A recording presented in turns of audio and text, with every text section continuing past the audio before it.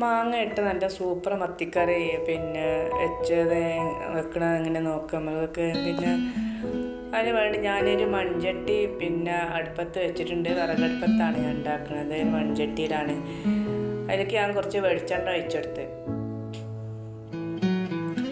വെളിച്ചെണ്ണ നല്ല ചൂടായതിന് ശേഷം പിന്നെ അതിലേക്ക് ഉലുവ ഇട്ട് കൊടുക്കുക. അപ്പോൾ ഞാൻ അതിലേക്ക് ഉലുവ ഇട്ട് കൊടുത്തിട്ടുണ്ട്. ഈ ഉലുവ എല്ലാം പൊട്ടി വരുമ്പോൾ പിന്നെ അതിലേക്ക് പിന്നെ എന്താണ് ചതച്ച് വെച്ച വെളുത്തുള്ളി, ഇഞ്ചി, പച്ചമുളക് ഇത് മൂന്നും ഇതിലേക്ക് ഇട്ട് കൊടുത്തിട്ട് നല്ല ഒന്ന് മിക്സാക്കി ഇളക്കി കൊടുക്കുക.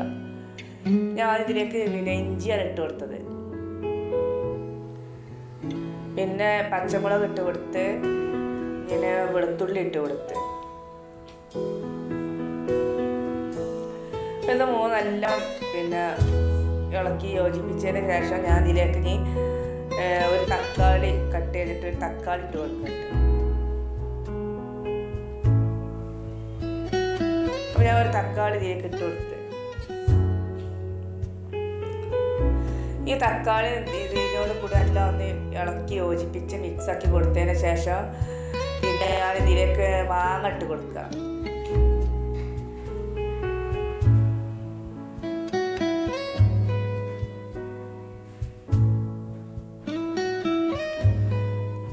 അപ്പോഴേക്ക് മാങ്ങ ഇട്ട് കൊടുത്ത് ഈ മാങ്ങ നല്ല ഇളക്കി മിക്സാക്കിയിട്ട് പിന്നെ ഈ മാങ്ങ ഒന്ന് നല്ലൊന്ന് വെന്ത് വരുമ്പോഴത്തേക്ക് ഇനി നമുക്ക് പിന്നെ ഉപ്പിട്ട് കൊടുക്കുക. പിന്നെ 1/4 സ്പൂൺ മഞ്ഞൾപ്പൊടി, മുളക് പൊടി, മല്ലിപ്പൊടി, 1 സ്പൂൺ മുളക് പൊടി 1 സ്പൂൺ മല്ലിപ്പൊടി ഇട്ടിട്ടുള്ളൂ. ഈ മുളക് പൊടി നല്ല എരിവുള്ള മുളക് പൊടി അതാണ് കുറച്ചിട്ടിട്ടുള്ളൂ. ആവശ്യത്തിന് ഉപ്പിട്ട് കൊടുത്ത് ഇതിലേക്ക് മഞ്ഞൾപ്പൊടി ഇട്ട് കൊടുത്ത്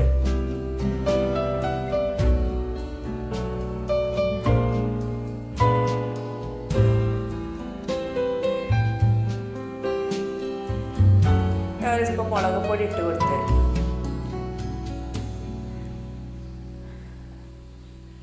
നല്ല ഇളക്കി യോജിപ്പിച്ച ശേഷം ഇനി ഇതിലേക്ക് 1 സ്പൂൺ മല്ലിപ്പൊടി ഇട്ട് കൊടുക്കട്ടെ.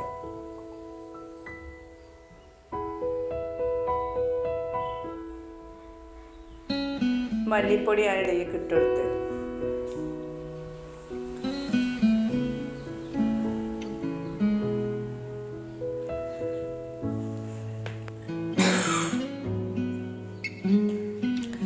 ഇതിലേക്ക് നല്ല വെള്ളം കുറച്ച് ഒഴിച്ചെടുത്ത് ആവശ്യത്തിനുള്ള വെള്ളം ഒഴിച്ചെടുത്തിട്ട് നല്ല ഒന്ന് തിളച്ച് വെന്ത് വരാൻ വേണ്ടി വെയിറ്റ് ചെയ്യാം.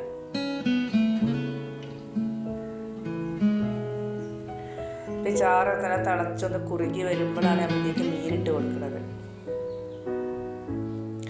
നല്ല തിളച്ച് നല്ല പിന്നെ തിളച്ച് പാകമായിട്ടുണ്ട്. അപ്പോൾ ഇതിലേക്ക് ഞാൻ മീനിട്ട് കൊടുക്കുന്നുണ്ട്.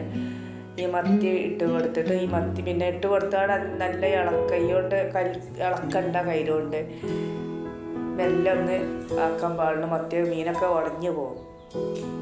അല്ലെങ്കിൽ ചട്ടി നല്ല ചുറ്റിച്ച് കൊടുക്കുക. അപ്പോൾ മുഴുവൻ മീൻ ഞാൻ അതിലേക്ക് ഇട്ട് കൊടുത്ത്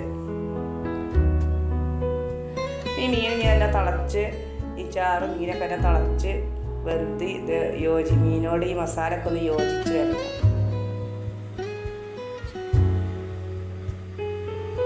നമുക്ക് അടച്ചു വെച്ചിട്ട് തന്നെ ഒന്ന് വേവിക്കാം.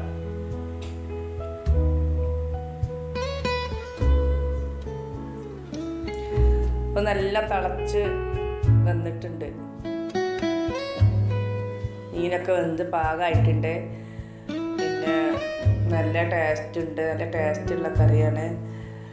അപ്പോൾ ഇതുപോലെ എല്ലാവരും ഉണ്ടാക്കി നോക്കി. ഇങ്ങനെ മത്തി മുളക് ഇട്ട ടേസ്റ്റ് ഉണ്ട്. അപ്പോൾ അതിലേക്ക് ഞാൻ തൻ്റെ കറിവേപ്പിലയും കൂടി ഇട്ട് കൊടുക്കുന്നുണ്ട്. അപ്പോൾ ഇത് ഇഷ്ടപ്പെട്ടാൽ